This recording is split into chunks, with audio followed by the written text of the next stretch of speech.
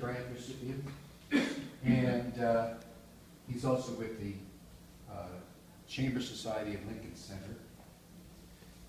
And he actually plays with the Camerata Pacifica, as does Annie and Nick and Arno.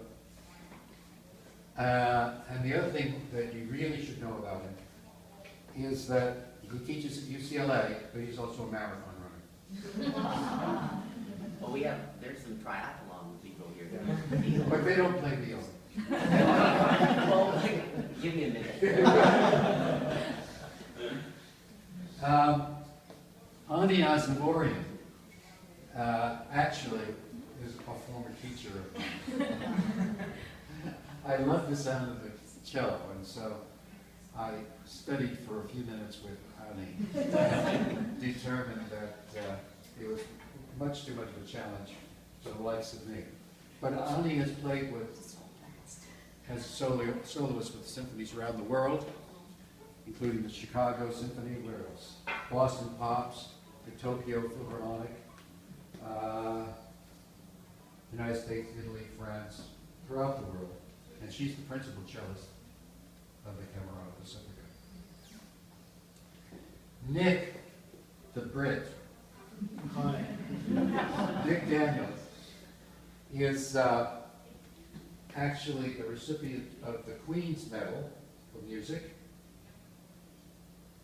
That's a pretty big deal, Peter, is that right? Never got one myself. And he's a professor. He was a professor at Indiana University, that's right. He's also the artistic director of the Leicester Music Festival. Leicester. Good try. Leicester. They never made that spell. And what else can I tell you? And a professor of Hebrew at the Royal College of London. Arno Sussman, a young man born in France, in Strasbourg, France, and studied at the Conservatoire de Paris, as well as Juilliard. And he, too, will be playing with the Chamber Society of Lincoln Center. And let me see what else. International soloist in France, Russia, Italy, and of course the United States. And he performs and studies with Itzhak Perlman, and he played with Itzhak Perlman at the Kennedy Center. So this is our quartet, our chamber quartet for today, and Nicholas will tell us a bit about what you've been playing. Sure, thank you so much. Thank you.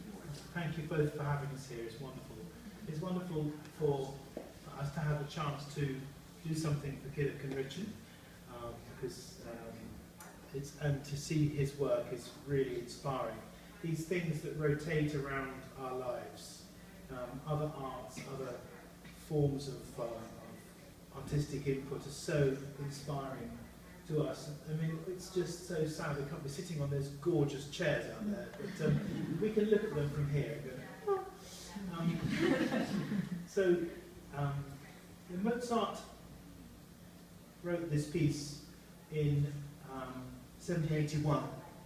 He was living in Munich, and he was very inspired by individual performers.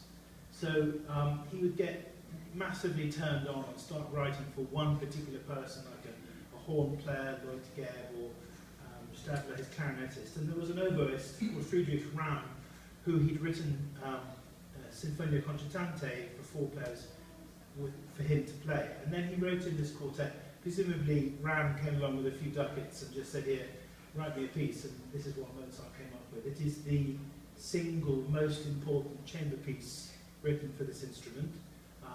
And it is an extraordinary 15, 17-minute duel of cello music repertoire.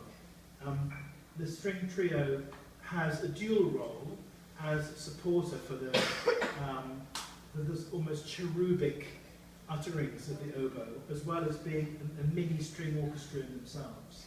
And so he asks for double roles for them to play in a way.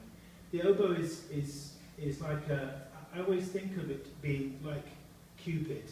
It's nearly the 14th of February, but the writing is so extraordinarily high placed, and it just sounds like a little fat cheruby boy with a bow and arrow. The second movement of it is it's just phenomenal music. It's in the relative minor key, and it's so short and yet says so much in such a short space of time, minimum. And then the last movement is a beautiful dance. At the time he wrote this piece, there was an enormous influence from Turkey in Austria and Germany. And he must have heard, I think, some kind of folk music played on a double reed, because there's a point in this movement where he keeps making the strings play cha-cha, cha-cha. And he puts, for each of their 3 notes, he puts, I think, 8 of mine. And so I'm playing in a completely different key, like a berserk snake charmer.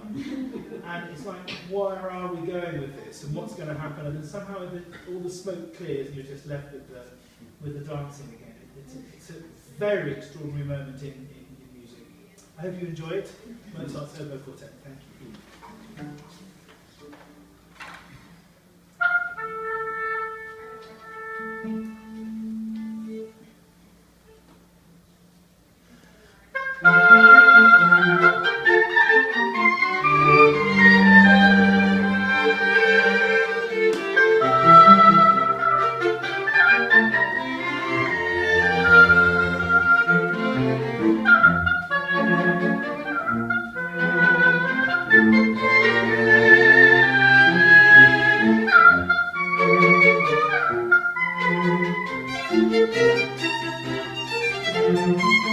you.